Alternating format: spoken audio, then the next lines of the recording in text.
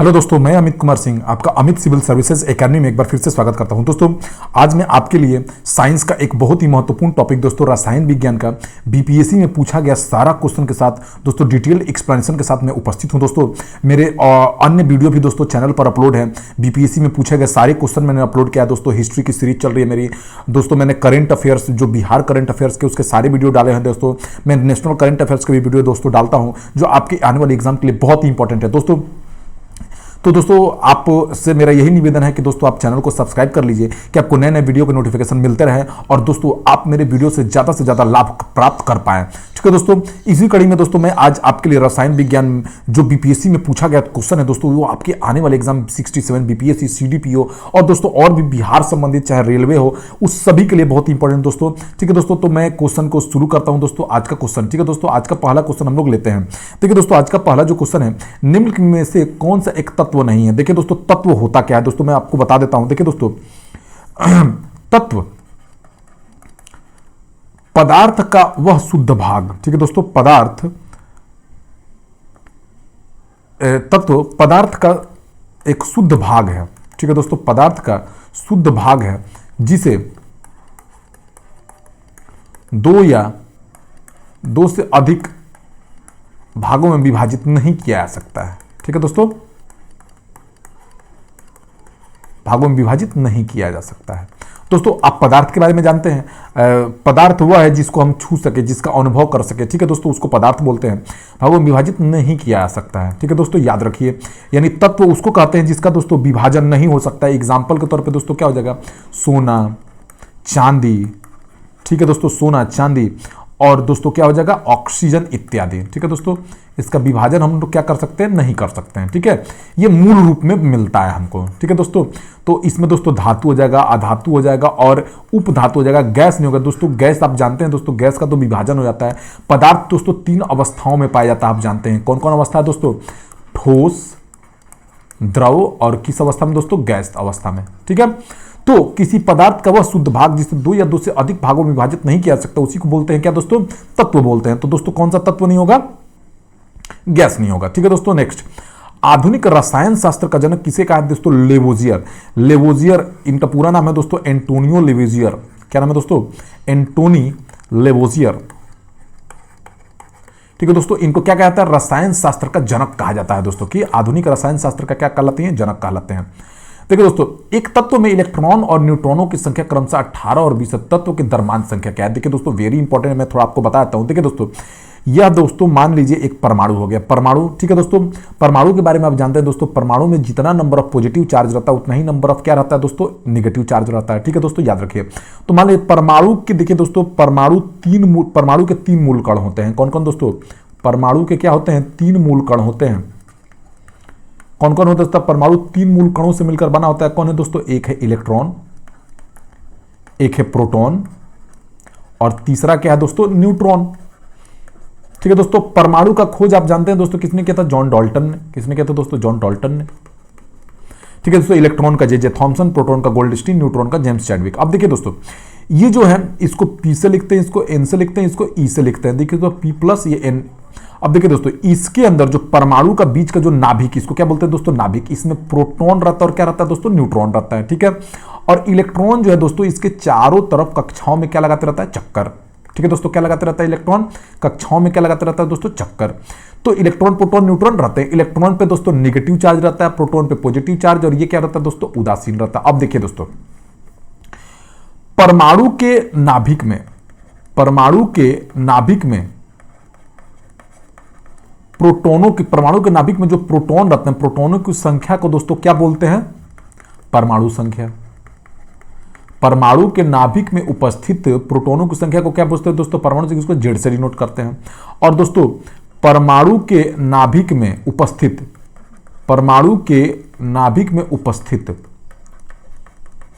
प्रोटॉनों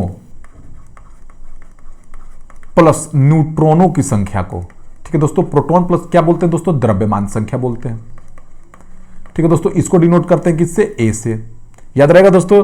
तो अगर कोई भी तत्व है, जैसे मान लीजिए दोस्तों ये एक तत्व हम एक्स ले लिए, तो दोस्तों देखिए इसके यहां पर जो नीचे में दोस्तों लिखते हैं क्या हम, परमाणु संख्या, ठीक है दोस्तों, और ऊपर में क्या लिखते हैं, द्रव्यमान संख्या। यानी कोई भी जैसे ऑक्सीजन हो गया दोस्तों, तो ऑक्सीजन का परमाणु संख्या दोस्तों होता है 8 और द्रव्यमान संख्या क्या होता है दोस्तों 16। इस तरह डिनोट करते हैं दोस्तों, ठीक है, याद रखिए। यानी कहने का मतलब दोस्तों यहां पे प्रोटॉन यहां पे रहता है, ये प्रोटॉन का संख्या है, ठीक है, और प्रोटॉन का संख्या, और यहां पे दोस्तों प्रोटॉन प्लस क्या है, न्यूट्रॉन है। तो अगर आपको न्यूट्रॉन बताना है तो इसमें से इसको क्या कर देंगे दोस्तों, घटा देंगे, तो क्या निकल जाएगा, न्यूट्रॉन को संख्या, ठीक है दोस्तों। तो एक तत्व में इलेक्ट्रॉन और न्यूट्रॉन कितने हैं दोस्तों, देखिए इलेक्ट्रॉन कितना है 18। अब दोस्तों मैंने बताया था कि एक देखिए किसी भी परमाणु में जितना नंबर ऑफ पॉजिटिव चार्ज रहता है उतना ही नंबर ऑफ क्या होता है दोस्तों, नेगेटिव चार्ज, यानी परमाणु क्या होता है, उदासीन होता है। तो यानी अगर इलेक्ट्रॉन 6 है तो प्रोटॉन भी दोस्तों कितना रहेगा, 6 रहेगा। आप बात समझिए। तो इलेक्ट्रॉन, एक तत्व में इलेक्ट्रॉन कितने हैं दोस्तों, इलेक्ट्रॉन है 18, तो प्रोटॉन भी कितना हो गया दोस्तों 18। बात क्लियर हो गया।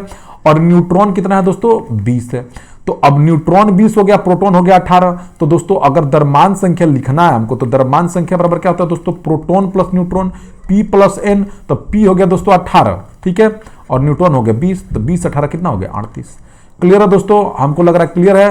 तो आप दोस्तों याद रखिए, वेरी इंपॉर्टेंट क्वेश्चन है। यहां से देखिए दोस्तों बहुत सारे क्वेश्चन आ सकते हैं और आपको ट्रिक भी यहां से क्लियर हो जाएगा, ठीक है दोस्तों। नेक्स्ट चलते हैं। अब देखिए दोस्तों पीएच मान क्या है दोस्तों, मैं आपको बता, देखिए दोस्तों पीएच मान का खोज दोस्तों सोरेनसन ने किया था। किसने किया था दोस्तों, पीएच मान का खोज सोरेनसन ने। देखिए दोस्तों पीएच के द्वारा हम ये बता सकते हैं कि हमारा जो कोई भी खाने वाली वस्तु है, चाहे द्रव हो, ठोस हो, द्रव हो, वो अम्ल है कि क्षार है कि दोस्तों क्या है, लवण है, चाहे उदासीन है, अम्ल क्षार है या उदासीन है। अम्ल दोस्तों स्वाद में क्या होते हैं, खट्टे होते हैं, ठीक है दोस्तों। क्षार जो स्वाद में क्या होते हैं दोस्तों, क्षार स्वाद में क्या होते हैं दोस्तों, क्षार स्वाद में दोस्तों तीखे होते हैं, मतलब तीतापन होता है दोस्तों, ठीक है। और उदासीन क्या होते हैं, बेस्वाद के होते हैं दोस्तों, ठीक है। अब देखिए दोस्तों, अगर किसी भी वस्तु का पीएच मान अगर 7 से कम रहता है दोस्तों, क्या 7 से कम रहे तो वो दोस्तों क्या हो जाएगा, वो अम्ल हो जाएगा दोस्तों, क्या हो जाएगा, वो अम्ल हो जाएगा दोस्तों। क्षार दोस्तों अगर 7 से ज्यादा रहे पीएच मान तो दोस्तों क्या हो गया, क्षार हो गया। उदासीन दोस्तों पीएच मान कितना रहेगा, 7 रहे। तो दोस्तों याद रखना है, पीएच मान का खोज किसने किया था दोस्तों, सोरेनसन ने। इसके द्वारा अम्ल, क्षार और लवण की जानकारी मिलती है। तो अगर हमारा जो पानी होता है दोस्तों, उसका पीएच मान क्या होता है, 7 होता है। याद रखना है दोस्तों, वेरी इंपॉर्टेंट क्वेश्चन है, आपको इसको दिमाग में बैठा कर रखना चाहिए दोस्तों, ठीक है। यहां से क्वेश्चन दोस्तों बहुत पूछ देता है एग्जामों में, तो इस चीजों को भूलना नहीं है दोस्तों, ठीक है। आगे चलते हैं। कुछ देखिए दोस्तों, पानी का पीएच मान देखिए, फिर से पूछ दे, पानी का पीएच मान कितना होता है दोस्तों, 7 होता है। आपको याद रखना है दोस्तों, ठीक है, इसको भूलना नहीं है दोस्तों, ठीक है। अब कुछ और का जान लीजिए दोस्तों। देखिए आपको दोस्तों अगर आपके रक्त का पूछ देता है एग्जामों में, वेरी इंपॉर्टेंट है, ब्लड का, तो 7 पॉइंट कितना हो जाएगा दोस्तों, 4 हो जाएगा। समुद्री जल देखते हैं दोस्तों, खारा होता है, समुद्री जल का पूछ दे तो दोस्तों कितना हो जाएगा, 8.4 हो जाएगा। हमारा लार है दोस्तों, उसका कितना होता है, 6.5 होता है दोस्तों। दूध का पूछ दे, दूध का दोस्तों कितना होता है, 6.4 होता है दोस्तों, ठीक है। और मूत्र का पूछ दे दोस्तों तो कितना हो जाएगा, 6 हो जाएगा, ठीक है दोस्तों। शराब का पूछ दे तो 2 पॉइंट कितना हो जाएगा दोस्तों, 8 हो जाएगा, ठीक है दोस्तों। सिरका का पूछ दे तो कितना हो जाएगा, 2.4 हो जाएगा। नींबू का पूछ दे तो दोस्तों कितना हो जाएगा, 2.2 हो जाएगा। तो दोस्तों 1909 में देखिए पीएच मान का खोज किसने किया दोस्तों, सोरेनसन, मैंने आपको बताया। और कब किया था दोस्तों, 1990 में दोस्तों इसका खोज किया है, ठीक है दोस्तों। वेरी इंपॉर्टेंट है, आप इसको याद रखिए। अगर देखिए दोस्तों हमारे मुंह का पीएच मान, मैं आपको बताता हूं, अगर हमारे मुंह का पीएच मान 5.5 से अगर कम हो जाता है, क्या होता है दोस्तों, 5.5 से कम हो जाता है तो हमारा दांत जो है ना टूटने लगता है दोस्तों। दांत क्या होता है, टूटने लगता है। तो याद रखें दोस्तों, हमारा जो शरीर है दोस्तों 70% दोस्तों क्षार तत्वों से बना है। हमारा बॉडी दोस्तों किससे बना है, 70% क्षार है और 30% दोस्तों अम्ल है। तो दोस्तों हमको ज्यादा से ज्यादा क्षार खाना चाहिए दोस्तों, तब हम, अगर हमारा बॉडी एसिडिक हो जाता है तो दोस्तों हमको कैंसर, सारी बीमारियां हो जाएगी, ठीक है दोस्तों। तो अपने पीएच को हमेशा दोस्तों लगभग 6 से 7 के बीच रखिए, जिससे दोस्तों क्या होगा, आपको कोई भी रोग नहीं होगा दोस्तों। अगर आपको आपकी बॉडी एसिडिक है तो दोस्तों आप कीवी का भोजन, कीवी खा सकते हैं। कीवी दोस्तों बहुत लगभग इसका पीएच मान 12 होता है दोस्तों। ये हमारे शरीर के लिए, वो कोई भी रोग हो दोस्तों आप खाइए, वो ठीक हो जाएगा कीवी खाने से। ब्रोमीन होती है, देखिए दोस्तों ब्रोमीन जो होती है यह दोस्तों क्या होता है, एक लाल द्रव्य है। ब्रोमीन क्या है दोस्तों, लाल द्रव्य है। ब्रोमीन देखिए दोस्तों, ब्रोमीन है जो गहरा लाल रंग धारित तीक्ष्ण गंध वाला, क्या दोस्तों, तीक्ष्ण गंध वाला वाष्पशील द्रव्य है। क्या दोस्तों, तीक्ष्ण गंध वाला, यानी इसका जो गंध होता है ना दोस्तों, बहुत मतलब तीखा गंध होता है। ठीक है, ब्रोमीन का अगर परमाणु संख्या पूछ दे दोस्तों कितना होता है, Br का 35 होता है दोस्तों। ठीक है, यह कमरे के ताप पर द्रव अवस्था में रहता है दोस्तों, पूछ देता है, यह कमरे के ताप पर दोस्तों क्या रहता है, द्रव की अवस्था में रहता है। ये दोस्तों डायरेक्ट पूछता है, कमरे के ताप पर क्या रहता है दोस्तों, द्रव अवस्था पर रहता है।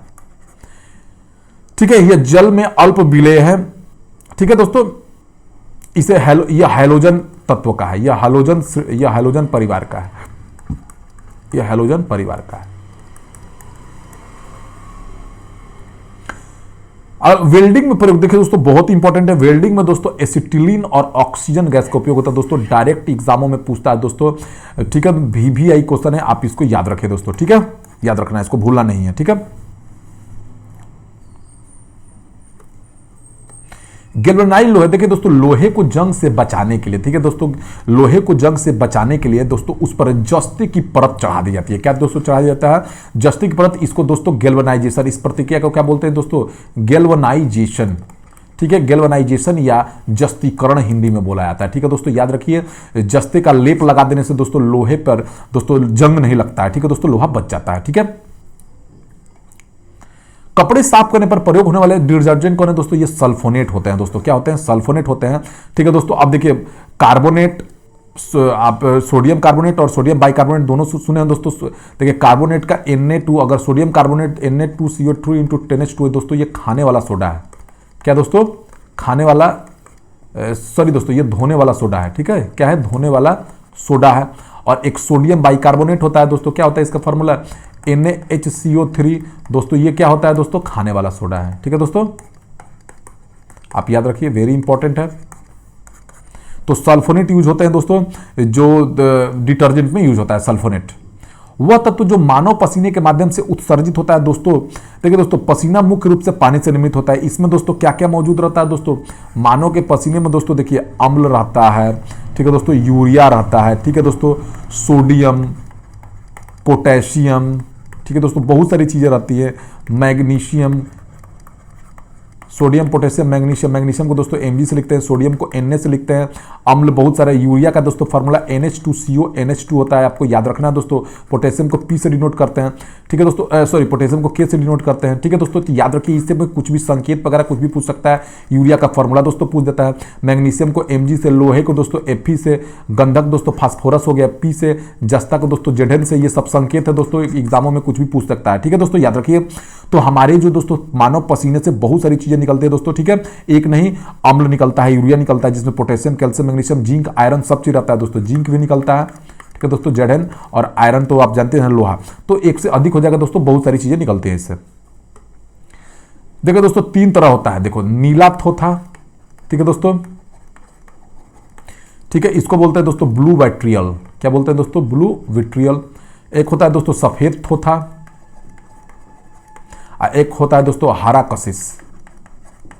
ठीक है दोस्तों, याद रखना, वेरी इंपॉर्टेंट है। तो देखिए दोस्तों, नीला थोथा का अगर फॉर्मूला पूछ दे तो CuSO4 इंटू 5H2O होता है दोस्तों। याद रखिए, नीला थोथा, या इसको क्या बोलते हैं दोस्तों, कॉपर सल्फेट भी बोलते हैं। क्या बोलते हैं, कॉपर सल्फेट। ठीक है, याद रखिए, नीला थोथा या कॉपर सल्फेट।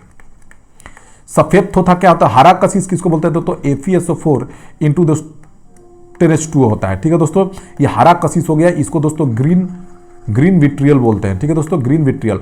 और एक होता है दोस्तों सफेद थोथा। क्या होता है दोस्तों, सफेद थोथा, ये कौन सा होता है दोस्तों, याद रखना है इसको भी।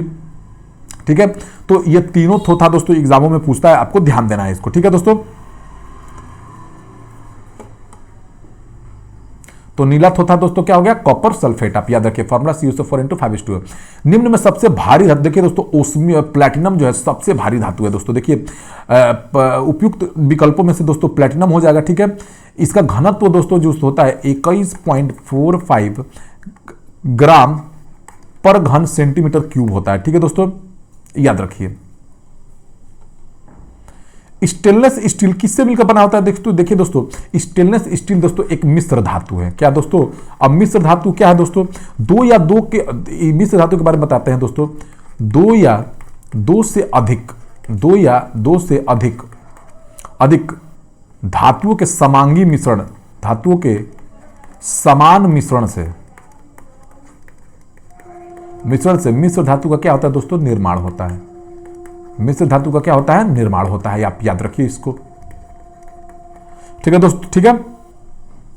अब देखिए दोस्तों, स्टेनलेस स्टील बनाने के लिए दोस्तों हम क्या क्या मिलाते हैं? देखिए दोस्तों, स्टेनलेस स्टील में कार्बन रहता है दोस्तों, निकेल, कार्बन, ठीक है दोस्तों। और क्या रहता है? निकेल रहता है दोस्तों, कार्बन निकेल। ठीक है दोस्तों, क्रोमियम रहता है। इसमें क्या रहता है दोस्तों? क्रोमियम। ठीक है दोस्तों, याद रखिए।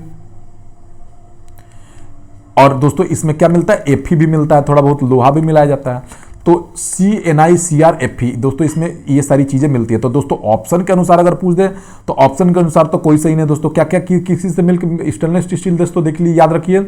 Carbon, nickel plus chromium plus क्या मिलता है दोस्तों? आयरन मिलता है। वेरी वेरी इंपॉर्टेंट दोस्तों, एग्जामों में VBI है, पूछता है दोस्तों। ठीक है, VBI है। देखिए दोस्तों, टूटी हुई हड्डियों की रक्षा के लिए प्लास्टर ऑफ पेरिस का प्रयोग होता है दोस्तों। यह क्या है दोस्तों? ये जिप्सम है दोस्तों। किससे बनता है? देखिए दोस्तों, जिप्सम का फॉर्मूला पहले मैं आप बताता हूं दोस्तों, यहां से बहुत क्वेश्चन पूछता है। देखिए दोस्तों, जिप्सम का CaSO4 × 2H2O फॉर्मूला होता है। ठीक है दोस्तों, जिप्सम को 373 डिग्री पर गर्म करने पर, जिप्सम को दोस्तों देखिए, ये जिप्सम हो गया दोस्तों। ठीक है, CaSO4 × 2H2O को गर्म कर दिए दोस्तों, कितना डिग्री पर? 373 डिग्री पे गर्म करने से दोस्तों हमको मिलता है CaSO4 × ½ H2O। क्या मिलता है दोस्तों? CaSO4 × ½ H2O। इसी को दोस्तों क्या बोलते हैं? Plaster of Paris. तो याद रखिए दोस्तों, कंफ्यूज नहीं होना है। 2H2O तो जिप्सम, ½ H2O तो प्लास्टर ऑफ पेरिस। ठीक है दोस्तों, वेरी इंपॉर्टेंट है ये। VBI स्टार मार लीजिए, जितना यहां से क्वेश्चन दोस्तों बनता ही बनता है। ठीक है दोस्तों, तो जिप्सम को 373 डिग्री पर जब गर्म किए तो हमको दोस्तों क्या मिल गया? Plaster of Paris. ठीक है दोस्तों, ये वेरी इंपॉर्टेंट है, एग्जाम में आपको पूछ देगा। प्लास्टर ऑफ पेरिस का फॉर्मूला देखिए दोस्तों, CaSO4 × क्या होता है दोस्तों? प्लास्टर ऑफ पेरिस का फॉर्मूला CaSO4 × दोस्तों मैंने क्या बताया था? ½ H2O। चाहे दोस्तों देखिए दो फॉर्मूला हो जाएगा। ठीक है, किसका फॉर्मूला दोस्तों पूछ रहा है? प्लास्टर ऑफ पेरिस का। ठीक है दोस्तों, तो प्लास्टर ऑफ पेरिस का कैसे फॉर्मूला निकालेंगे दोस्तों? देखिए, जब हम CaSO4 × 2H2O को दोस्तों क्या करते हैं? 373 डिग्री पर गर्म करते हैं तो हमको मिलता है CaSO4 × क्या मिलता है दोस्तों? ½ H2O। चाहे इसको ऐसे लिख सकते हैं दोस्तों, CaSO4 × ट्वाइस इंटू दोस्तों क्या लिख सकते हैं? CaSO4 ट्वाइस इंटू दोस्तों क्या लिख सकते हैं? H2O। ठीक है दोस्तों, क्या लिख सकते हैं? Into H2O। दोनों फॉर्मूला हो जाएगा दोस्तों, दोनों याद रखिए, ये चाहिए, दोनों सेम ही है। ठीक है, तो दोस्तों यहां पे आंसर हो जाएगा B। ठीक है, दोनों पूछ सकता है, दोनों एक ही है। ठीक है दोस्तों ना, याद रखिए, दोनों घुमा फिरा के पूछ देता है आपको कंफ्यूज करने के लिए। एक हाइड्रोकार्बन जिसमें देखिए दोस्तों 2 कार्बन परमाणु रहते हैं। अब देखिए दोस्तों, हमारा पूरा शरीर, दुनिया में कुछ भी है दोस्तों, जितने भी ऐसे पदार्थ हमारे आम जिंदगी में दोस्तों, आम जिंदगी में जितनी भी चीजें हैं वो हाइड्रोकार्बन है। ठीक है दोस्तों, वो क्या है? हाइड्रोकार्बन है। अब हाइड्रोकार्बन क्या है दोस्तों? हाइड्रोजन प्लस कार्बन मिलकर क्या बना लेता है दोस्तों? हाइड्रोकार्बन। ठीक है, आप याद रखिए इस चीज को। अब देखिए दोस्तों, हाइड्रोजन H2 और C, ये दोस्तों मिलकर क्या बना लेता है? ये दोस्तों क्या बनाता है? ये C और H के बीच बॉन्ड बना लेता है। ठीक है दोस्तों, तो इसको हाइड्रोकार्बन बोलते हैं।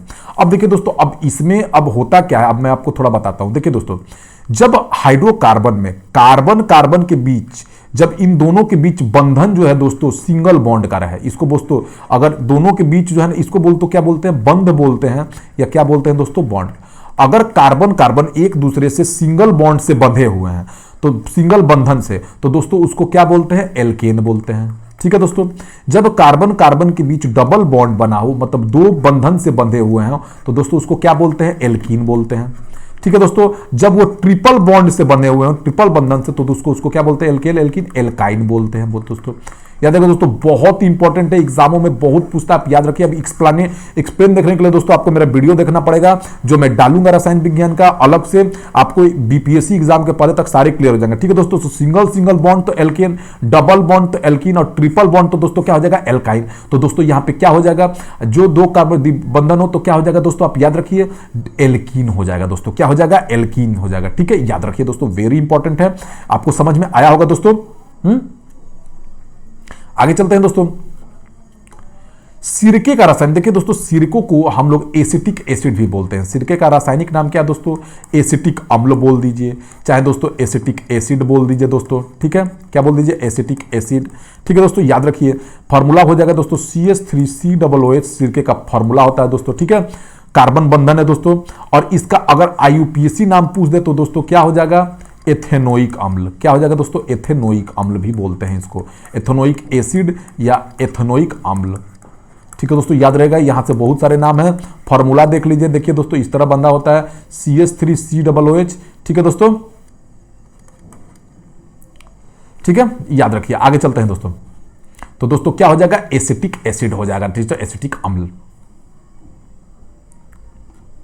निम्न में कौन सा अम्ल सिरके में उपस्थित है? दोस्तों मैंने बताया दोस्तों सिरके में कौन है? एसिटिक एसिड CH3COOH दोस्तों, ठीक है, वेरी वेरी इंपॉर्टेंट दोस्तों, BPSC में बार बार पूछा। BPSC देखिए दोस्तों ये 97 में भी पूछा हुआ है और 2017 में भी पूछा हुआ है, ऊपर वाला तो दोस्तों बहुत बार पूछा हुआ है, ठीक है।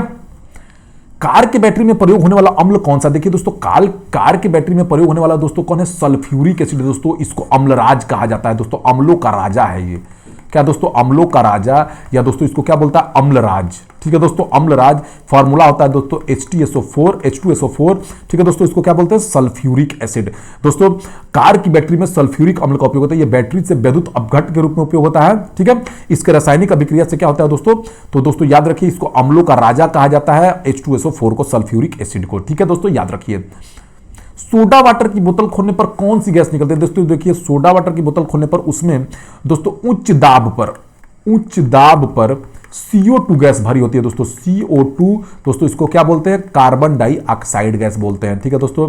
आप जानते हैं दोस्तों पेड़ पौधे जो है कार्बन डाइऑक्साइड जो दोस्तों दिन में छोड़ते हैं और दोस्तों रात में दोस्तों वो कार्बन डाइऑक्साइड को क्या करते हैं? ग्रहण करते हैं। तो दोस्तों याद रखिए उच्च दाब पर दोस्तों क्या होता है? कार्बन डाइऑक्साइड के कारण दोस्तों हमारे वातावरण प्रदूषित हो जाता है। कोई भी चीज आप जलाते हैं दोस्तों, सूखा चीज, तो उससे क्या निकलता है? Carbon dioxide. और अगर ये सूखा चीज जलाने पर क्या दोस्तों? सूखा चीज जलाने पर क्या निकलता है उससे? CO2। और लेकिन दोस्तों अगर गीला चीज हम जलाते हैं, गीला चीज अगर हम जलाते हैं, कपड़ा चाहे कोई भी चीज, तो दोस्तों उससे क्या निकलता है? CO, carbon. ये बहुत जहरीली गैस होती है, कार्बन, इसमें दम घुट जाता है आदमी का। क्या दोस्तों? कार्बन मोनोऑक्साइड, याद रखिए। तो दोनों, अगर किसी का पूर्ण रूप से दहन हो तो CO2 और अपूर्ण दहन हो तो CO निकलता है, ठीक है दोस्तों। कार्बन सोडा वाटर की बोतल खोलने पर निकलता है कार्बन डाइऑक्साइड। फॉर्मूला होता है दोस्तों CO2, हाइड्रोजन का H2, नाइट्रोजन का क्या होता है दोस्तों? N2 और सल्फर डाइऑक्साइड को दोस्तों SO2 लिखते हैं, ठीक है दोस्तों। फॉर्मूला आपको बताया जाएगा दोस्तों। खनिज क्या है? देखिए दोस्तों अब मैं आपको थोड़ा बताता हूं। देखिए दोस्तों मिनरल क्या है? देखिए दोस्तों कोई भी धातु और अधातु, कोई भी तत्व जो है दोस्तों हमको मिलता है तो दोस्तों वो मतलब जो है ना, खनिज दोस्तों प्राकृतिक रूप से मिलने वाले, क्या दोस्तों? ये प्राकृतिक रूप में पाए जाने वाले अकार्बनिक ठोस हैं, ठीक है दोस्तों। क्या अकार्बनिक ठोस है? कहने का मतलब जैसे दोस्तों आप जैसे लोहा है, ठीक है दोस्तों, तो लोहा जैसे लोहा के रूप में नहीं पाए ये दोस्तों, इसका अयस्क है हेमेटाइट के रूप में मिलता है, ठीक है दोस्तों। किस रूप में मिलता है? हेमेटाइट। यानी ये अशुद्ध रूप के में होते हैं खनिज दोस्तों, इसको शुद्ध करके फिर से किस में? तत्वों में बदला जाता है। तो ये क्या है दोस्तों? अकार्बनिक ठोस है। वर्ष 1945 में नागासाकी जापान में गिराया कौन सा विस्फोटक प्रयुक्त है? देखिए दोस्तों 9 अगस्त 1945, कब की बात है दोस्तों? 9 अगस्त 1945 में दोस्तों फैट मैन नामक बम, कौन सा दोस्तों? फैट मैन नामक बम नागासाकी जापान पर क्या किया गया दोस्तों? नागासाकी जापान पर दोस्तों क्या किया गया? गिराया गया, ठीक है दोस्तों। और इसमें क्या उपयोग है तो दोस्तों देखिए दोस्तों फैट मैन में, अब मैं थोड़ा बात, फैट मैन जो नागासाकी जापान पर गिराया गया दोस्तों, इसमें क्या यूज हुआ? प्लूटोनियम। दोस्तों देखिए बहुत इंपॉर्टेंट है, यहां से देखिए बहुत क्वेश्चन बनता है। 9 अगस्त 1945 को फैटमैन नामक बम नागासाकी बम पर गिरा, उसमें क्या हुई दोस्तों? प्लूटोनियम। और दूसरा बम जो दोस्तों गिराया गया था, दूसरा एटम बम, वो दोस्तों कहां गिराया गया था? याद रखिए हिरोशिमा पर गिराया गया दोस्तों। पहला नागासाकी पर फैटमैन और हिरोशिमा पर दोस्तों कौन गिराया गया? Little boy. क्या गिराया गया दोस्तों? लिटिल बॉय गिराया गया। इसमें जो विस्फोटक यूज हुआ था दोस्तों वो क्या था? यूरेनियम था। तो दोस्तों याद रखिए ये दोनों पूछ के कंफ्यूज कर देता है। 9 अगस्त 1945 को 2 बम गिराया गया, एक था फैटमैन जो नागासाकी जापान पर गिराया गया, उसमें विस्फोटक प्लूटोनियम यूज हुआ, और दूसरा बम हिरोशिमा पर गिराया गया, उसमें लिटिल बॉय उसका नाम था, और उसको दोस्तों उसमें कौन था? यूरेनियम बम था, यूरेनियम यूज किया गया। तो दोस्तों वेरी वेरी इंपॉर्टेंट है, इसको मतलब दोस्तों क्या कर लीजिए आप? स्टार मार्क मार लीजिए दोस्तों, ठीक है। आगे चलते हैं दोस्तों। एक ही प्रकार का परमाणु निम्न में से किसमें मिलता है? देखिए दोस्तों, एक ही प्रकार का जो परमाणु है निम्न रूप से दोस्तों प्राकृतिक तत्वों में मिलता है। देखिए दोस्तों, जो प्राकृतिक तत्व पाए जाएंगे उसमें एक ही तरह का परमाणु मिलता है। सबसे अधिक क्रियाशील धातु कौन सी है दोस्तों? देखिए अभी आपको दोस्तों मैं बता देता हूं। देखिए दोस्तों, अगर बढ़ते क्रम की बात की जाए तो पोटेशियम, देखिए दोस्तों पोटेशियम सबसे ज्यादा क्रियाशील है, सोडियम उसके बाद है, ठीक है दोस्तों, उसके बाद कैल्शियम है और उसके बाद दोस्तों क्या है? आयरन है। सबसे अधिक क्रियाशील धातु दोस्तों क्या है? पोटेशियम है। वनस्पति तेल से वनस्पति घी बनाने वाली गैस कौन? देखिए दोस्तों, वनस्पति तेल से वनस्पति घी जो है वो दोस्तों हाइड्रोजन के द्वारा बनाई जाती है। दोस्तों किसके द्वारा बनाई जाती है? देखिए दोस्तों, वनस्पति तेल, देखिए दोस्तों वनस्पति तेल प्लस हाइड्रोजन, ठीक है दोस्तों, उसको दोस्तों क्या किया जाता है? 150 से 180 डिग्री के सेल्सियस पर दोस्तों गर्म किया जाता है और उत्प्रेरक दोस्तों उसमें निकेल उत्प्रेरक का उपयोग किया जाता है। किसका उत्प्रेरक दोस्तों? निकेल उत्प्रेरक का यूज करने से दोस्तों हमको क्या मिल जाता है? वनस्पति घी मिल जाता है। ठीक है दोस्तों, याद रखिएगा, वनस्पति तेल में जब दोस्तों हम हाइड्रोजन मिलाते हैं तो 150 से 180 डिग्री सेल्सियस तक जब उसको गर्म करते हैं, किसकी उपस्थिति में? निकेल की उपस्थिति में, तो दोस्तों हमको क्या मिल जाता है? वनस्पति घी। तो दोस्तों इस प्रक्रिया को दोस्तों हाइड्रोनाइजेशन या हाइड्रोजनीकरण कहते हैं। क्या बोलते हैं दोस्तों? हाइड्रोजनीकरण या हाइड्रोनाइजेशन। क्या बोलते हैं? हाइड्रोनाइजेशन। वेरी इंपॉर्टेंट वीडियो दोस्तों, आप देखिए, आपको बहुत फायदा होने वाला है। आयोडीन युक्त लवण में क्या रहता है? देखिए दोस्तों, आयोडोकृत लवण में दोस्तों क्या रहता है? पोटेशियम आयोडाइड पाया जाता है। दोस्तों क्या मिलता है?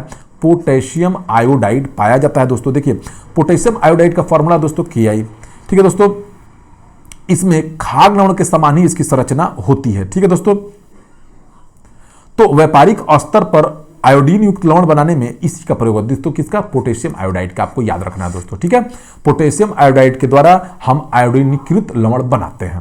ठीक है दोस्तों, खाने का नमक NaCl किससे बनता है? दोस्तों देखिए, ये मजबूत अम्ल और मजबूत क्षार से बनता है। दोस्तों किससे बनता है? मजबूत अम्ल और मजबूत क्षार से। ठीक है दोस्तों, Na+ और क्या है दोस्तों? Cl-। ये दोस्तों जिस पे देखिए, जिस पे अगर पॉजिटिव चार्ज आ गया तो दोस्तों ये क्या हो गया दोस्तों? ये हो गया दोस्तों अम्ल, और ये दोस्तों क्या हो गया? क्षार हो गया। दोस्तों याद रखिए, सभी जैव यौगिक का अनिवार्य मूल तत्व क्या है? दोस्तों मैंने बताया कि सभी जो भी तत्व रहेंगे दोस्तों हमारे आम जीवन में दोस्तों, वो कार्बन और हाइड्रोजन से मिलकर बने होते हैं। ठीक है दोस्तों, कार्बन और हाइड्रोजन के बिना हमारा हर चीज दोस्तों क्या चीज से बना हुआ है? उसको बोलते हैं हाइड्रोकार्बन। बिना कार्बन और हाइड्रोजन के कोई चीज बना ही नहीं है हमारे धरती पे दोस्तों, ज्यादातर हाइड्रोकार्बन ही है। तो दोस्तों क्या हो जाएगा? कार्बन। सभी जैव यौगिक दोस्तों अनिवार्य मूल तत्व क्या है? कार्बन है दोस्तों। ठीक है, कार्बन रहना जरूरी है दोस्तों। ऑक्सीजन अनुपस्थित होती है किसमें दोस्तों रहेगा? दोस्तों देखिए, सीमेंट में ऑक्सीजन रहता है दोस्तों, नहीं तो सीमेंट जमेगा ही नहीं। दोस्तों किरोसिन में ऑक्सीजन की अनुपस्थिति होती है। दोस्तों किरोसिन में क्या रहता है? किरोसिन में ऑक्सीजन उपस्थित नहीं रहता है। ठीक है, किरोसिन दोस्तों हाइड्रोकार्बन का एक मिश्रण है। हाइड्रोकार्बन केवल कार्बन तथा हाइड्रोजन के यौगिक से बना होता है दोस्तों, इसमें ऑक्सीजन नहीं होता है। किरोसिन क्या है दोस्तों? एक हाइड्रोकार्बन है, और हाइड्रोकार्बन दोस्तों आप जानते हैं C और S से मिलकर बना होता है। इसमें दोस्तों ऑक्सीजन अनुपस्थित रहता है।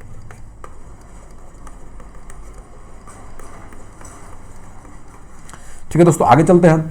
सिगरेट लाइटर में निम्न में से कौन सी गैस प्रयोग देखिए दोस्तों, सिगरेट लाइटर में ब्यूटेन यूज होता है। अब देखिए दोस्तों, आपको मैं एल्केन बता देता हूं। देखिए दोस्तों, एल्केन का जो सामान्य सूत्र होता है मैं आपको थोड़ा बता देता हूं दोस्तों। वो क्या होता है? एल्केन में दोस्तों मैंने बताया कि सिंगल सिंगल क्या होता है दोस्तों? बॉन्ड होता है।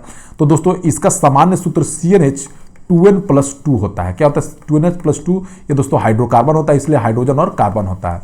अब देखिए दोस्तों, नाम कैसे रखते हैं। अब देखिए दोस्तों, CnH, तो अगर N का मान हम 1 रख दें तो क्या हो जाएगा दोस्तों? C1। ठीक है, C1CH4, यानी इसको लिखते हैं दोस्तों CH4। तो दोस्तों ये क्या हो जाता है? एल्केन है, तो इसमें हो जाएगा दोस्तों मेथेन। ठीक है दोस्तों, अगर N का मान 2 रख दे तो क्या हो जाएगा दोस्तों? C2H6 मेथेन, इसको बोलते हैं दोस्तों एथेन, मेथेन एथेन। ठीक है दोस्तों, मेथेन एथेन। फिर उसके बाद दोस्तों N का मान अगर रख दे, क्या दोस्तों? 3 रख दे तो क्या हो जाएगा दोस्तों? C3H8। दोस्तों इसको बोलते हैं मेथेन एथेन, प्रोपेन बोलते हैं दोस्तों। ठीक है दोस्तों, अगर N का मान 4 रख दे तो क्या हो जाएगा दोस्तों? इसमें यहाँ पे N का मान 4 रखिए तो C4 क्या हो जाएगा दोस्तों? 10 हो जाएगा। तो दोस्तों इसको बोलते हैं ब्यूटेन। तो दोस्तों अगर आपको फार्मूला पूछ दे ब्यूटेन का फार्मूला तो क्या हो जाएगा दोस्तों, C4H10। आप निकाल सकते हैं दोस्तों, याद रखने की जरूरत नहीं है। ठीक है दोस्तों, हाइड्रोकार्बन वेरी इजी चैप्टर में आपको सब बताऊंगा। ब्यूटेन का C4H10 इसका हो जाएगा दोस्तों C4, प्रोपेन का दोस्तों C3H8। ठीक है दोस्तों, रेडॉन का फॉर्मूला दोस्तों, रेडॉन RD से डिनोट होता है, ये अलग है दोस्तों, हेलोजन गैसेज है। तो ब्यूटेन, मीथेन, प्रोपेन दोस्तों आप किसी का भी फॉर्मूला पूछ दे आप बता सकते हैं दोस्तों। ठीक है, तो लाइटर गैस में दोस्तों क्या यूज करते हैं दोस्तों, लाइटर गैस में क्या यूज होता है, ब्यूटेन होता है। ठीक है, आगे चलते हैं दोस्तों। प्राकृतिक रबर किसका बहुलक है? देखिए दोस्तों, प्राकृतिक जो रबर है दोस्तों, ये किसका बहुलक है दोस्तों, ये आइसोप्रीन का है। किसका बहुलक है दोस्तों? बहुलीकरण एक प्रक्रिया है जिसमें एक ही प्रकार के बहुत सारे अणु मिलकर एक बड़ा, देखिए तो बहुलीकरण क्या है मैं आपको बता देता हूं। वह प्रक्रिया जिसमें एक ही प्रकार के अणु, जिसमें एक ही प्रकार के अणु आपस में जुड़कर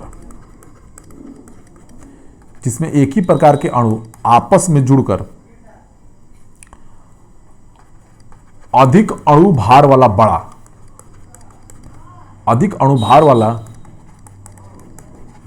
अणु बनाते हैं दोस्तों। इस प्रक्रिया को क्या बोलते हैं दोस्तों? बहुलीकरण। बहुलीकरण में भाग लेने वाले अणुओं को एकलक या बहुलक कहा जाता है। ठीक है दोस्तों, आइसोप्रीन का बहुलक प्राकृतिक रबर है। ठीक है दोस्तों, प्राकृतिक रबर क्या है? आइसोप्रीन जो बनता है उसको आइसोप्रीन बोला जाता है। ठीक है दोस्तों, अगर आइसोप्रीन का फॉर्मूला पूछ दे आपसे तो दोस्तों देखिए, इस आइसोप्रीन का फॉर्मूला होता है दोस्तों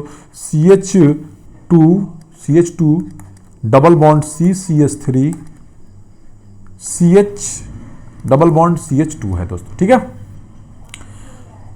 तो प्राकृतिक रबर जो है दोस्तों आइसोप्रीन से बनता है। ठीक है दोस्तों, याद रखिए। इसी तरह दोस्तों अगर पूछ दे टेफ्लॉन, देखिए दोस्तों टेफ्लॉन किससे बनता है? तो टेट्राफ्लोरोएथिलीन से बनता है। किससे बनता है दोस्तों? टेट्राफ्लोरोएथिलीन, जो जिसको दोस्तों शॉर्ट में PTP भी बोलते हैं। क्या बोलते हैं? टेट्राफ्लोरोएथिलीन को PTP भी बोलते हैं, उससे बनता है। ठीक है दोस्तों,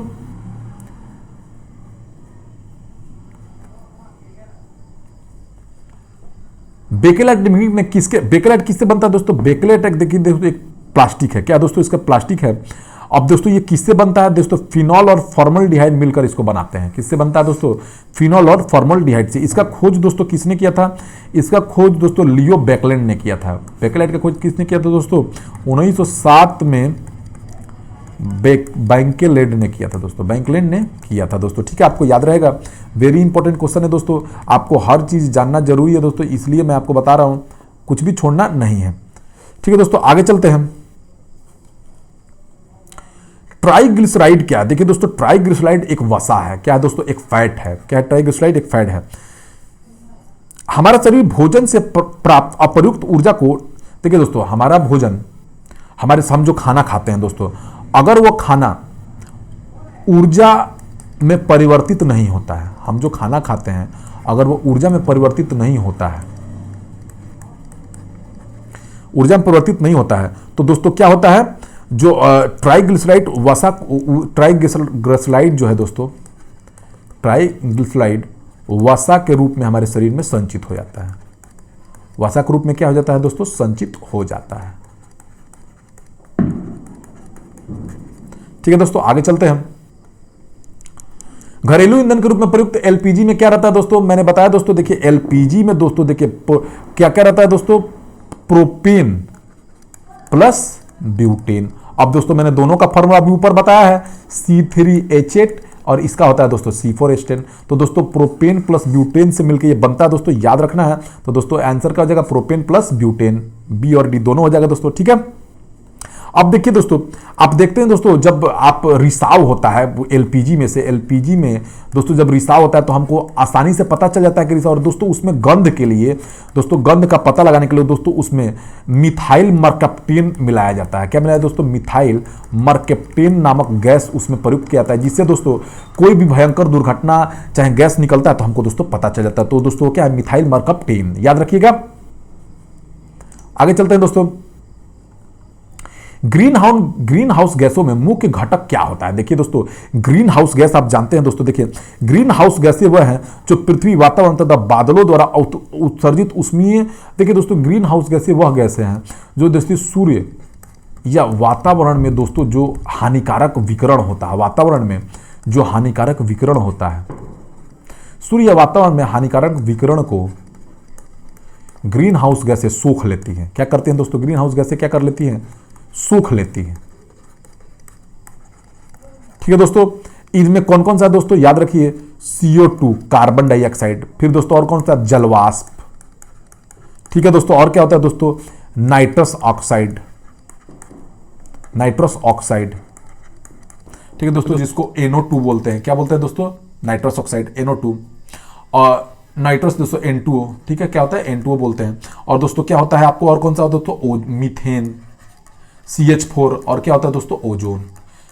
ठीक है दोस्तों, तो याद रखिए कौन कौन सा होता है, फिर से मैं आप बताता हूं। ग्रीन हाउस गैसें कौन कौन सी है? CO2, ठीक है दोस्तों, O2, फिर से O3, फिर से N2O, फिर से कौन है दोस्तों? CH4। ठीक है दोस्तों, ये सब होती है, आपको याद रखना है। ये ग्रीन हाउस गैसें है तो बहुत इंपॉर्टेंट है। ठीक है दोस्तों, तो ग्रीन हाउस गैसों में मुख्य घटक किसका होता है दोस्तों? ये इस यहाँ पर तो सारे कार्बन डाइऑक्साइड भी हो जाएगा दोस्तों, मीथेन भी हो जाएगा, मीथेन का CH4, इसका दोस्तों CO2, नाइट्रस ऑक्साइड का N2O, ओजोन का O3, तो सारे के सारे हैं दोस्तों। ठीक है, आप याद रखिए ग्रीन हाउस गैसों का, इससे बहुत क्वेश्चन होता है। ठीक है दोस्तों, याद रखिए। ग्रीन हाउस गैसों मुख्य घटक, फिर से क्वेश्चन आ गया दोस्तों, सेम ही हो जाएगा, आंसर सारे के सारे हो जाएंगे। ठीक है, साबुन ग्रीज को हटाता है। देखिए दोस्तों, साबुन जो है वो गंदगी को हटाता है दोस्तों, किसके द्वारा? पायसीकरण होता है दोस्तों। उसका क्या होता है? पायसीकरण होता है।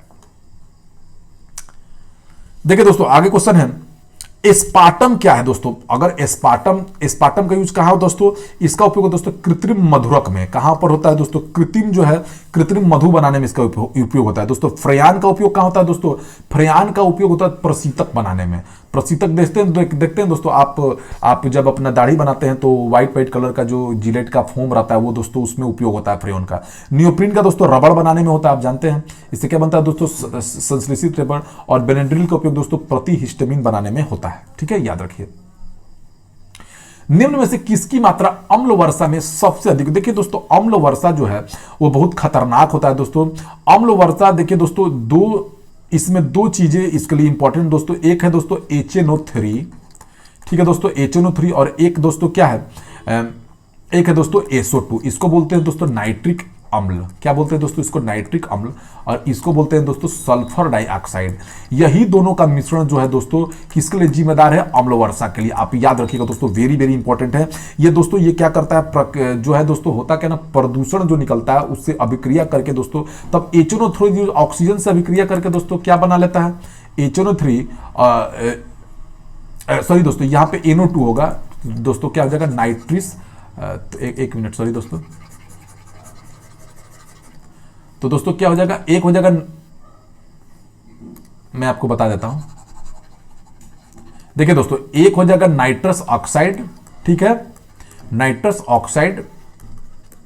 ठीक है दोस्तों, यही बहुत खराब चीज है ये। अब देखिए दोस्तों, NO2H2 से अभिक्रिया करके क्या बना लेगा दोस्तों? HNO3 बना लेगा, ऑक्सीजन से अभिक्रिया करके। तो ये दोस्तों क्या बना लेता है? HNO3 बना लेता है, नाइट्रस ऑक्साइड। और ये क्या बना लेता है दोस्तों? H2SO4। ठीक है दोस्तों, तो अम्ल वर्षा में सर्वाधिक अगर मात्रा किसकी होती है दोस्तों? H2SO4 की होती है। ठीक है, किसकी सर्वाधिक मात्रा होती है? H2SO4 और SO2 की। ठीक है, तो इसका मात्रा 70% अम्ल वर्षा के लिए H2SO4 जिम्मेदार है, और 30% कौन जिम्मेदार दोस्तों? HNO3। तो NO2 सल्फर डाइऑक्साइड और नाइट्रोजन ऑक्साइड, यही दोनों मिलकर दोस्तों क्या है? Nitrogen oxide. यही दोनों जो मिलकर दोस्तों क्या करता है? यही रिस्पॉन्सिबल है किसके लिए दोस्तों? अम्ल वर्षा के लिए। NO2 और SO2 याद रखिएगा, इनसे मिलकर SO2 से H2SO4 बन जाता है, इससे दोस्तों HNO3 बन जाता है। याद रहेगा दोस्तों। ठीक है दोस्तों, अम्ल वर्षा कहां पर अम्ल वर्षा होती है दोस्तों? किससे होती है दोस्तों? देखिए दोस्तों, अम्ल वर्षा ज्यादातर आप जानते हैं दोस्तों सभी से होती है। अम्ल वर्षा के लिए रिस्पॉन्सिबल दो ही गैसें होती है, एक SO2 और एक दोस्तों क्या होता है? NO2। ये वर्षा के जल से अभिक्रिया करके दोस्तों क्या बना लेते हैं दोस्तों? यह बना लेता है H2SO4। और ये वर्षा जल से अभिक्रिया करके क्या बना लेता है? वर्षा का जल से अभिक्रिया करके H2SO4 बना लेता है। और ये वर्षा यानी प्लस H2O बना के, और ये भी प्लस H2O बना के दोस्तों ये HNO3 बना लेता है, और ये H2SO4। तो ये 70% अम्ल वर्षा के लिए जिम्मेदार है, ये 30%। ठीक है दोस्तों, तो दोस्तों क्या हो जाएगा? कारखानों से निकला हुआ पेट्रोल, कोयला, सभी से दोस्तों क्या होगा? फैल सकता है। ठीक है दोस्तों, शुष्क बर्फ किसे, देखिए दोस्तों ठोस कार्बन डाइऑक्साइड को दोस्तों शुष्क बर्फ कहा जाता है। ठीक है दोस्तों, शुष्क बर्फ बिना दर रूप में बदले उधरोपातन द्वारा कार्बन डाइऑक्साइड गैस में बदले। तो शुष्क बर्फ किसको बोलते हैं दोस्तों, ठोस कार्बन डाइऑक्साइड। याद रखिएगा VBI क्वेश्चन है दोस्तों, जितना स्टार मारना है मार लीजिए, यहां से क्वेश्चन आएगा ही आएगा दोस्तों। ठीक है, निम्न में किसे शुष्क बर्फ कहते हैं दोस्तों, ठोस कार्बन डाइऑक्साइड को दोस्तों क्या बोलते हैं, शुष्क बर्फ। शुष्क बर्फ क्या है दोस्तों, ठोस कार्बन डाइऑक्साइड। बहुत बार क्वेश्चन पूछा दोस्तों, स्टार मार लीजिए, VBI मार लीजिए, एग्जामों में बहुत बार पूछा हुआ है। ठीक है दोस्तों, वेरी वेरी इंपॉर्टेंट। एक कार बैटरी में प्रयुक्त विद्युत अपघट्य दोस्तों मैंने बताया था, वो दोस्तों क्या है, सल्फ्यूरिक अम्ल H2SO4 यूज होता है दोस्तों। हाइड्रोक्लोरिक अम्ल का फॉर्मूला दोस्तों हमारे लीवर में पाया जाता है HCl। नाइट्रिक अम्ल का फॉर्मूला दोस्तों HNO3 होता है। ये दोस्तों किसके लिए प्रयुक्त होता है दोस्तों, ये H2SO4 और HNO3 अम्ल वर्षा के लिए रिस्पॉन्सिबल है दोस्तों, याद रखिए। निम्न में किसमें कार्बन नहीं है दोस्तों, देखिए कार्बन के अपरूप आप जानते हैं दोस्तों, कार्बन के अपरूप आइसोट्रॉप्स, कार्बन के अपरूप कौन कौन से हैं दोस्तों, हीरा हो गया, ग्रेफाइट हो गया, और दोस्तों क्या होता है, फुल्लेरीन हो गया। ये तीन चीजें आपको पता है दोस्तों, हीरा, ग्रेफाइट और क्या होता है दोस्तों, फुल्लेरीन। ये कार्बन के अपरूप है दोस्तों। हीरा वो सबसे कठोर होता है और ग्रेफाइट जो है दोस्तों ऊष्मा का सुचालक होता है, आप जानते हैं। पेंसिल में उपयोग होता है ग्रेफाइट का। ग्रेफाइट का कहां उपयोग होता है दोस्तों, पेंसिल बनाने में। ठीक है दोस्तों, कोयला के बारे में आपको पता ही है। तो दोस्तों क्वेश्चन यहाँ पे पूछा हुआ है कि निम्न में किसमें कार्बन नहीं है, तो दोस्तों निम्न में उपरोक्त में से कोई नहीं है दोस्तों, ये तीनों के तीनों में कार्बन उपस्थित है। ठीक है, निम्न में सबसे सख्त कौन सा है दोस्तों, इसमें पूछने की बात नहीं है। तो हीरा बहुत सख्त होता है। ठीक है दोस्तों, हीरा की संरचना दोस्तों त्रियुमीय होती है। इसकी कठोरता, इसके कांच के काटने में कठोर दोस्तों, इसको काटा नहीं जा सकता है। ठीक है, निम्न पदार्थों में से कौन सा पदार्थ खाने की वस्तुओं के परीक्षण के लिए, देखिए दोस्तों sodium benzoate, very very important question दोस्तों, VBI मार लीजिए दोस्तों इसको। सोडियम बेंजोएट का खाने का परीक्षण उपयोग होता है दोस्तों, बहुत ही इंपॉर्टेंट क्वेश्चन है एग्जामों के लिए। आप किसी भी रेलवे वगैरह, किसी भी रेलवे, CDPO, BPSC सब में पूछेगा दोस्तों। पारद धातु मिश्रण, पारद धातु मिश्रण दोस्तों, पारद युक्त मिश्र धातु है। क्या दोस्तों, ये एक मिश्र धातु होती है पारद धातु मिश्रण। खाना बनाने में प्रयुक्त वाली गैस मुख्यतः किससे बनी होती है दोस्तों, आप जानते हैं दोस्तों, क्या है वो, अब बताइए दोस्तों। खाना बनाने में मुख्यतः मीथेन गैस का प्रयोग किया जाता है दोस्तों। अभी तो चूंकि अभी तो गैस बना तो मीथेन का उपयोग होता है। मीथेन गैस दोस्तों कहां से, ये दोस्तों कीचड़, गोबर तथा कूड़ा कचरा से दोस्तों मिलता है। मीथेन का फॉर्मूला आप जानते हैं दोस्तों, CH4 है। गोबर गैस बनाने में मीथेन गैस का उपयोग होता है। ठीक है दोस्तों, गोबर गैस। ठीक है दोस्तों, तो ये कचरा, कूड़ा कचरा कीचड़ से दोस्तों प्राप्त होता है। निम्न धातुओं में से कौन सा सामान्य ताप पर द्रव है दोस्तों, आप जानते हैं ये कौन है दोस्तों, आप इंपॉर्टेंट से आप जानते हैं दोस्तों, ये पारा है। पारा दोस्तों सामान्य ताप पर भी द्रव की अवस्था में रहता है। ठीक है दोस्तों, इसका प्रयोग कहां होता है दोस्तों, थर्मामीटर में होता है। ठीक है, ठोस कपूर से वाष्प बनने की प्रक्रिया दोस्तों ऊर्ध्वपातन का आता है। ठोस से डायरेक्ट गैस बन जाने की प्रक्रिया को क्या बोलते हैं दोस्तों, ठोस से गैस बनने की प्रक्रिया दोस्तों क्या कहलाती है, ऊर्ध्वपातन। क्या कहलाती है दोस्तों, बनने की प्रक्रिया क्या कहलाती है, ऊर्ध्वपातन।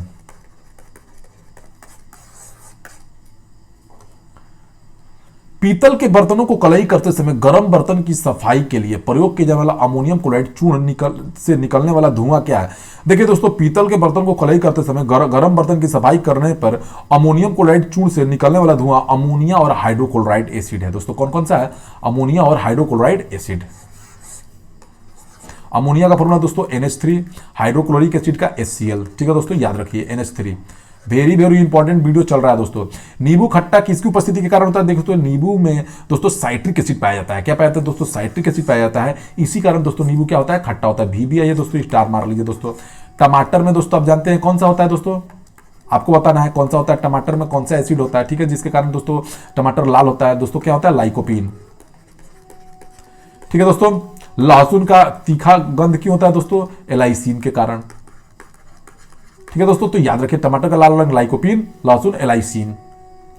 वाहनों से निकलने वाली में गैस कौन से दोस्तों, आप जानते हैं वाहनों से कौन सा गैस निकलता है दोस्तों, वाहनों से मुख्यतः दोस्तों देखिए CO2 भी निकलता है, CO भी निकलता है। ठीक है दोस्तों, हाइड्रोकार्बन भी उत्सर्जित होते हैं दोस्तों। ठीक है, तो एक नहीं का बहुत सारी गैसेज निकलती है। ठीक है दोस्तों, जो हमारे वातावरण के लिए सही नहीं है। ठीक है दोस्तों, इससे NO2 भी निकलता है। ठीक है दोस्तों, इससे SO2 भी निकलता है। ठीक है, बहुत सारी चीजें निकलती है, तो एक से अधिक आंसर सही होगा दोस्तों। ठीक है, स्टील की कठोरता प्राप्त करने के लिए उसमें क्या मिलाया जाता है, स्टील की कठोरता बढ़ाने के लिए उसमें क्या मिलाते हैं दोस्तों, इस्पात के साथ उचित मात्रा में। देखिए तो लोहे में जितना अधिक कार्बन मिलाया जाएगा उतना ही वो कठोर बनते जाएगा। ठीक है दोस्तों, तो क्या मतलब मिला दिया जाता है, लोहा में कार्बन मिला देने से दोस्तों स्टील क्या होता है दोस्तों, कठोर हो जाता है। ठीक है दोस्तों, याद रखिए। किस खनिज से रेडियम प्राप्त होता है दोस्तों, पिच ब्लेंडी है दोस्तों। पिच ब्लेंडी का खोज किसने किया था दोस्तों, मैडम क्यूरी ने किया था दोस्तों। किसने खोज किया था, मैडम क्यूरी। ये यूरेनियम का अयस्क है दोस्तों। किसका अयस्क है, यूरेनियम का अयस्क है दोस्तों। अयस्क अशुद्ध रूप है दोस्तों, जिससे हम लोग क्या प्राप्त करते हैं दोस्तों, तत्व मिलता है। तो दोस्तों कभी भी कोई भी जो तत्व होता है वो शुद्ध अवस्था में नहीं पाया जाता है दोस्तों। अयस्क जो है तत्वों का अशुद्ध रूप है। ठीक है दोस्तों, तत्व का क्या है, अशुद्ध रूप है। इसको दोस्तों शुद्ध करने पर वो तत्व कहलाते हैं। ठीक है, अयस्क के रूप में ही सारे खनिज मिलते हैं दोस्तों। कहां पर, जमीन के अंदर से मिलते हैं, उसको साफ करके तत्व बनाया जाता है। ठीक है दोस्तों, तो पिच ब्लेंडी यूरेनियम का अयस्क है। ठीक है दोस्तों, याद रखिए। पिच ब्लेंडी दोस्तों यूरेनियम का नहीं, रेडियम का अयस्क है दोस्तों। किसका अयस्क है, रेडियम का अयस्क। ठीक है, तैरने के तालाब में तैरने से मनुष्य की त्वचा क्यों जल जाती है। देखिए तो तालाब में तैरने की मनुष्य की त्वचा इसलिए जल जाती है क्योंकि तालाब के, देखिए दोस्तों, तालाब के जल को शुद्ध करने के लिए, तालाब के जल को शुद्ध करने के लिए उसमें दोस्तों क्या मिला दिया जाता है, क्लोरीन मिला दिया जाता है। क्या मिला दिया जाता है, क्लोरीन मिला दिया जाता है। ठीक है दोस्तों, क्लोरीन की अधिकता के कारण दोस्तों हमारा क्या हो जाता है, क्लोरीन की अधिकता के कारण हमारा दोस्तों क्या हो जाता है, त्वचा जल जाता है। हाइड्रोजन को जलाने से क्या बनेगा, देखिए दोस्तों, अगर हाइड्रोजन को हम जला देते हैं, H2+O2 जला दिए, ठीक है दोस्तों, तो क्या बन जाएगा दोस्तों, H2O। ठीक है दोस्तों, तो अब यहां पे बैलेंस नहीं है फॉर्मूला, तो फॉर्मूला को ऐसे बैलेंस कर देते हैं। ठीक है दोस्तों, 2H2O। तो हाइड्रोजन को जलाने से दोस्तों पानी बनेगा। क्या बनेगा, पानी का फॉर्मूला H2O होता है दोस्तों। ठीक है, ऑक्सीजन का O2 होता है, ओजोन का फॉर्मूला दोस्तों क्या होता है, O3 होता है।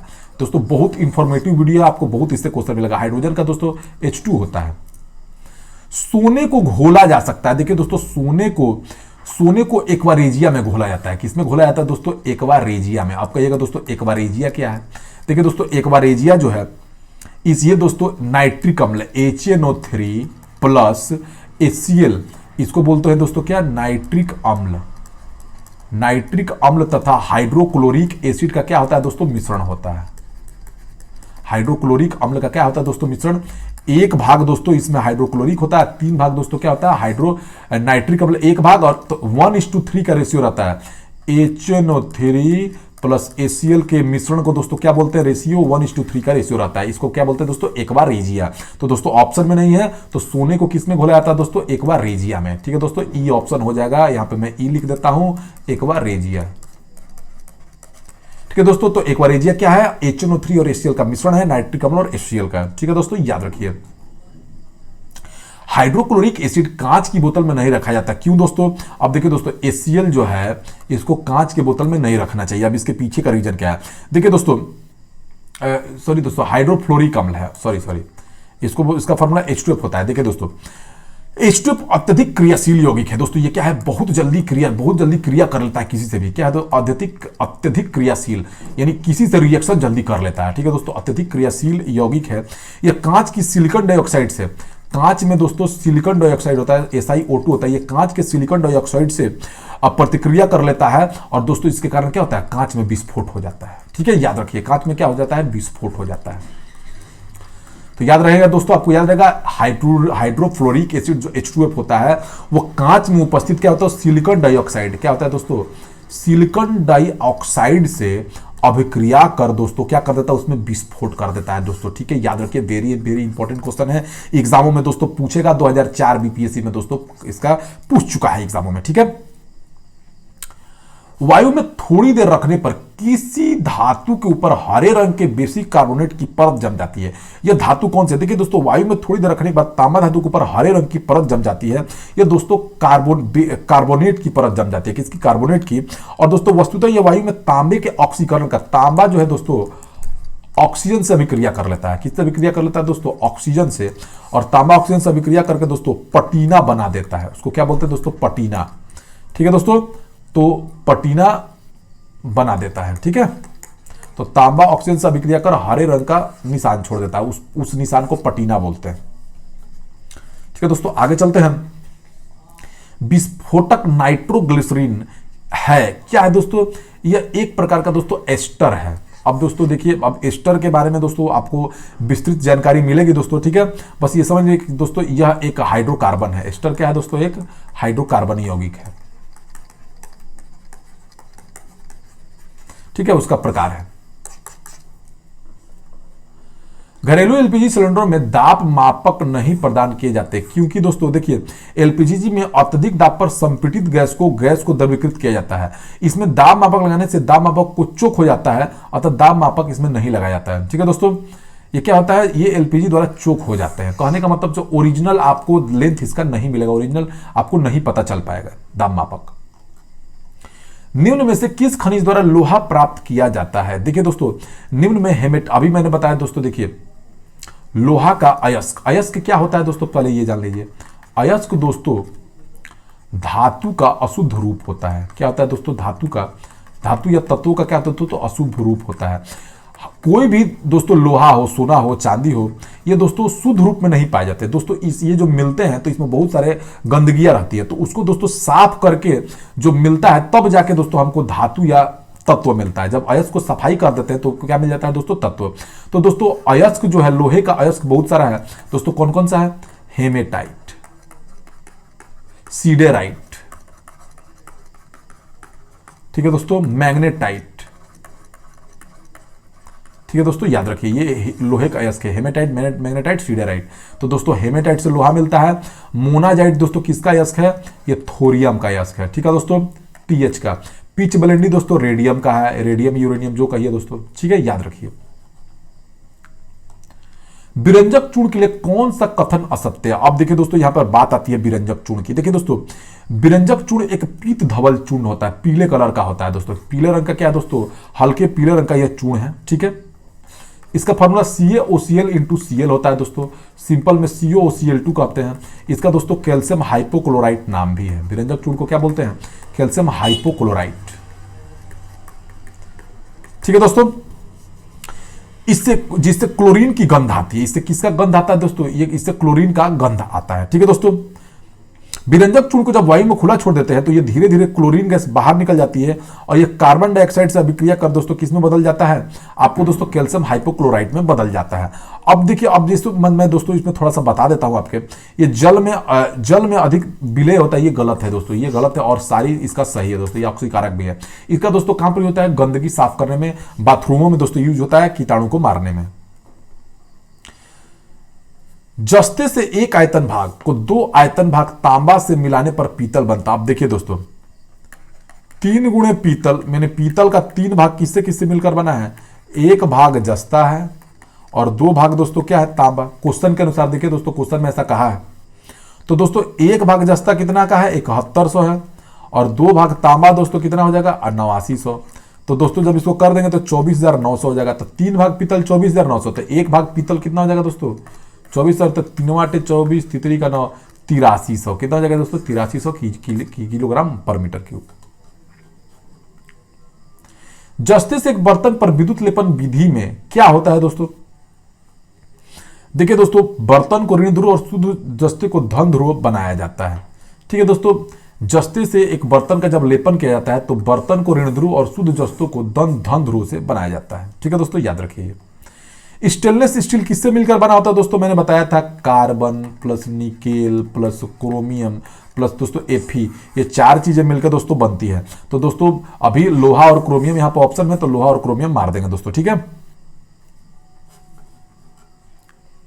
निम्न में से किसमें ऋणात्मक आवेश रहता है? दोस्तों आप जानते हैं दोस्तों कि देखिए दोस्तों, रेडियो एक्टिव एलिमेंट किसको कहते हैं? मैडम क्यूरी ने। अब रेडियो एक्टिव एलिमेंट थोड़ा मैं बता देता हूं।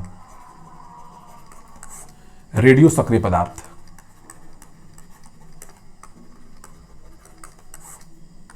ऐसे पदार्थ जिनको बिना जलाए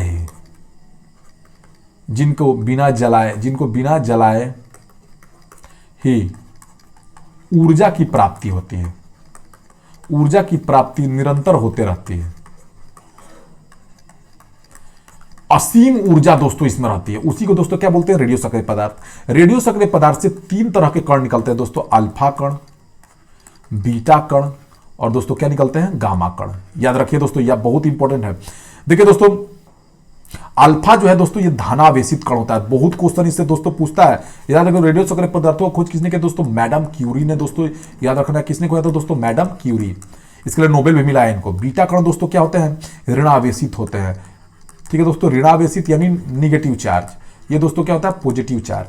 और गामा किरणें क्या होती है दोस्तों? उदासीन होती है। तो निम्न में से किसमें ऋणात्मक आवेश रहता है दोस्तों? अभी पता चल गया दोस्तों कौन है? बीटा किरण। बीटा किरण दोस्तों क्या होते हैं? ऋणावेशित होता है दोस्तों। याद रखिए, वेरी इंपॉर्टेंट है, यहां से क्वेश्चन बनता है। डिटेल्ड अध्ययन दोस्तों आपको करा दिया जाएगा। और रेडियो सक्रियता का खोज किसने किया दोस्तों? अगर पूछ दे कि रेडियो सक्रियता का खोज किसने किया है दोस्तों, तो दोस्तों हेनरी बैकुरल ने। किसने दोस्तों? हेनरी बैकुरल ने दोस्तों रेडियो सक्रियता का खोज किया था। निम्न में कौन सा इलेक्ट्रिक स्वरूप पर धातु तत्वों के लिए है? देखिए दोस्तों, मैं बता देता हूं दोस्तों। देखिए दोस्तों, अक्रिय गैस। अब देखिए दोस्तों, इसमें होता क्या है, मैं आपको थोड़ा सा इसमें बताना पड़ेगा। देखिए दोस्तों, 2882 यह दोस्तों किसके लिए होता है? ये क्षारीय मृदा के लिए होता है। डिटेल्ड दोस्तों मेरे वीडियो में मिलेगा, इसमें दोस्तों डिटेल्ड उतना मैं नहीं बता पाऊंगा। ठीक है दोस्तों, कम टाइम में ये अक्रिय गैसों के लिए होता है दोस्तों। किसके लिए? ये इलेक्ट्रॉनिक निरूपण है दोस्तों, इलेक्ट्रॉन का निरूपण किया जाता है। 28 दोस्तों किसके लिए है? 28 भी दोस्तों अक्रिय गैसों के लिए है। ठीक है, अक्रिय गैस आर्गन है ये। और दोस्तों ये दोस्तों किसके लिए है? तो दोस्तों 2882 यही दोस्तों क्षारीय मृदा है। किसके लिए है? धातुओं के लिए। अब धातु में जैसे दोस्तों किसी का भी एक ले लीजिए। ठीक है दोस्तों, तो 2882 आप याद रखिए। सीओ संबंध का आबंध क्रम क्या है? देखिए दोस्तों, सी में 4 इलेक्ट्रॉन पाए जाते हैं और ऑक्सीजन में दोस्तों 6 इलेक्ट्रॉन मिलते हैं। ठीक है दोस्तों, याद रखिए। तो दोस्तों अगर हम बात करें कि इसमें कौन सा आबंध होता है, तो दोस्तों देखिए सीओ में दोस्तों जो होता है बॉन्ड ऑर्डर 3 होता है दोस्तों। कितना बॉन्ड ऑर्डर होता है? 3 होता है। यह दोस्तों बंधन क्रम है, आपको इसका डिटेल अध्ययन बताया जाएगा। जिस तत्व के परमाणु में 2 प्रोटॉन 2 न्यूट्रॉन 2 इलेक्ट्रॉन, उस तत्व की द्रव्यमान संख्या कितनी है? अब देखिए दोस्तों, मान लीजिए इसमें क्या है? 2 प्रोटॉन यहां पे हो गया और 2 न्यूट्रॉन और 2 इलेक्ट्रॉन है। तो दोस्तों प्रोटॉन और प्लस न्यूट्रॉन यहां पर लिखते हैं, तो इसमें 2 + 2 कितना हो जाएगा? 4 हो जाएगा। तो 2 और 4, अब जानते हैं दोस्तों ये किसका होता है? हीलियम का होता है। ये दोस्तों होता है परमाणु संख्या। परमाणु संख्या मतलब क्या होता है दोस्तों? प्रोटॉन। तो प्रोटॉन कितना है दोस्तों? 2 है। और यहां ये होता है दोस्तों द्रव्यमान संख्या, जिसमें क्या होता है दोस्तों? Proton plus neutron. ठीक है दोस्तों, तो 2Hu4 ये क्या हो जाएगा दोस्तों? हीलियम हो जाएगा। तो उस तत्व की द्रव्यमान संख्या क्या हो जाएगी दोस्तों? 4। सल्फर हेक्साफ्लोराइड HF6 कौन है दोस्तों? HF6 इसका कैसा दोस्तों, ये किस टाइप का होता है दोस्तों? यह दोस्तों अष्टफलकीय होता है दोस्तों। कैसा होता है? अष्टफलकीय इसकी संरचना होती है, अष्टफलकीय।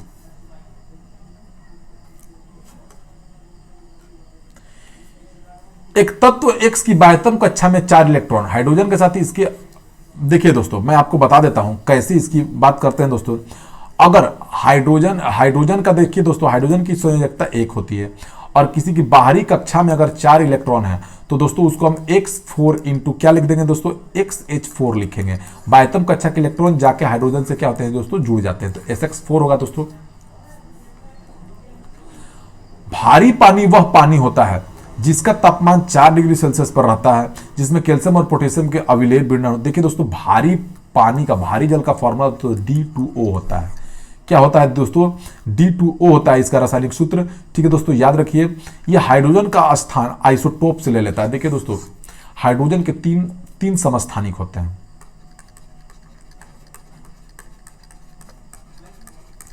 हाइड्रोजन के 3 समस्थानिक ये आइसोटोप होते हैं, आइसोटोप्स होते हैं। कौन कौन दोस्तों? 1H1 1H2 1H3। अब समस्थानिक क्या होते हैं दोस्तों? परमाणु क्रमांक समान तथा द्रव्यमान संख्या भिन्न होता है जिसका। तो देखिए दोस्तों, परमाणु संख्या सबका सही है लेकिन द्रव्यमान संख्या भिन्न भिन्न है, तो इसको दोस्तों क्या बोलते हैं? सबको समस्थानिक है। इसका नाम है दोस्तों प्रोटियम, इसका दोस्तों ड्यूटेरियम और इसका दोस्तों ट्राइटियम। तो यही दोस्तों भारी जल है D2O। ठीक है दोस्तों, याद रखिए। तो इसको भारी जल को ड्यूटोरियम भी कहा जाता है दोस्तों। क्या बोलते हैं? ड्यूटेरियम। तो ये हाइड्रोजन का क्या होता है दोस्तों, समस्थानिक। आगे चलते हैं दोस्तों, किस परमाणु नाभिक का छोटा वो नाभिक है जिसमें न्यूट्रॉनों की संख्या वही होती है परंतु प्रोटॉनों की संख्या क्या होती है दोस्तों, बदल जाती है। देखिए दोस्तों, प्रोटॉनों की संख्या वही होती है परंतु न्यूट्रॉनों की संख्या भिन्न भिन्न हो जाती है। सही है दोस्तों। तो ये दोस्तों 77 का दोस्तों बी हो जाएगा। अब मैंने आपको बताया दोस्तों कि ऐसे पदार्थ जैसे 1H1, 1H2, 1H3, देखिए दोस्तों ये हाइड्रोजन के समस्थानिक है। इसमें देखिए दोस्तों प्रोटॉन की संख्या समान रहती है, लेकिन देखिए दोस्तों इसमें 1 न्यूट्रॉन हो जाएगा, इसमें 0 न्यूट्रॉन, इसमें 1 न्यूट्रॉन, इसमें 2 न्यूट्रॉन, 2 में से गया 1। तो न्यूट्रॉनों की संख्या बदल जाती है, लेकिन दोस्तों प्रोटॉनों की संख्या नहीं बदलती। उसी को दोस्तों क्या बोलते हैं, आइसोटॉप। ठीक है दोस्तों, समस्थानिक। दूध किसका उदाहरण है? देखिए दोस्तों, दूध एक इमल्सन का उदाहरण है। किसका उदाहरण दोस्तों, इमल्सन का। अल्कोहलिक खमीर उत्पाद क्या है? देखिए दोस्तों, यह इथाइल अल्कोहल है दोस्तों। अल्कोहलिक खमीर इथाइल अल्कोहल है दोस्तों। देखिए आपको मैं बताता हूं दोस्तों, ग्लूकोज का फॉर्मूला क्या होता है दोस्तों, फॉर्मूला याद रखिए C6H12O6। ठीक है दोस्तों। फ्रुक्टोज का फॉर्मूला पूछ दे दोस्तों, फलों से फ्रुक्टोज ही मिलता है, C6H12O6। ठीक है दोस्तों। अगर चीनी का फॉर्मूला पूछ दिया जाए, चीनी का फॉर्मूला आपको एग्जाम में पूछ दे तो याद रखिए दोस्तों C12H22 क्या हो जाएगा दोस्तों, O11। तो दोस्तों याद रखिए, बहुत इंपॉर्टेंट है। तो दोस्तों जब चीनी का किण्वन किया जाता है तो दोस्तों हमको क्या मिल जाता है दोस्तों, इथाइल अल्कोहल। ठीक है, याद रखिए।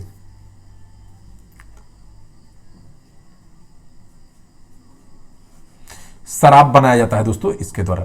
शक्कर के किण्वन से क्या बनता है दोस्तों? देखिए अब मैंने बताया दोस्तों, शक्कर का जब किण्वन किया जाता है तो दोस्तों हमको क्या मिलता है, दोस्तों देखिए C12H22O11 का जब हम दोस्तों क्या करते हैं, किण्वन करते हैं। किण्वन दोस्तों फर्मेंटेशन भी बोलता है इसको, नाम क्या है दोस्तों, फर्मेंटेशन।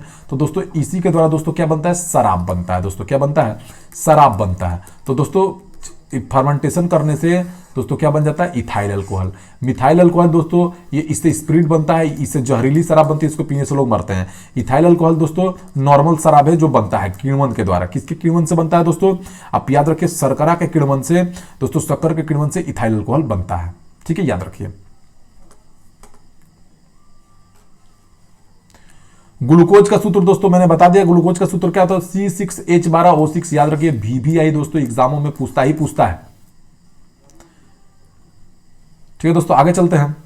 अपमार्जक क्या है? देखिए दोस्तों, अपमार्जक जो है दोस्तों एक शोधन अभिकर्ता है दोस्तों। सफाई कार्य के लिए प्रयुक्त होने वाले पदार्थ साबुन अपमार्जक कहलाते हैं। वास्तव में हम जिस साबुन का उपयोग वर्षों से कर रहे हैं वो अपमार्जक श्रेणी में आता है। ठीक है दोस्तों।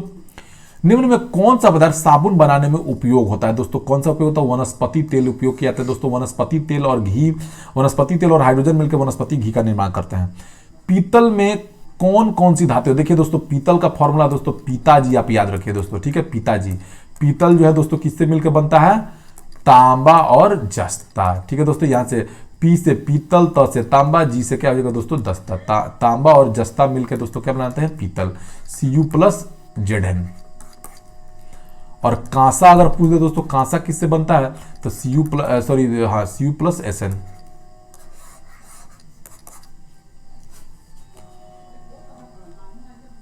तीसरे और चौथे समूह के ऑक्साइड के सामान्य गुणधर्म क्या है दोस्तों, ये बेसिक और एसिडिक होते हैं।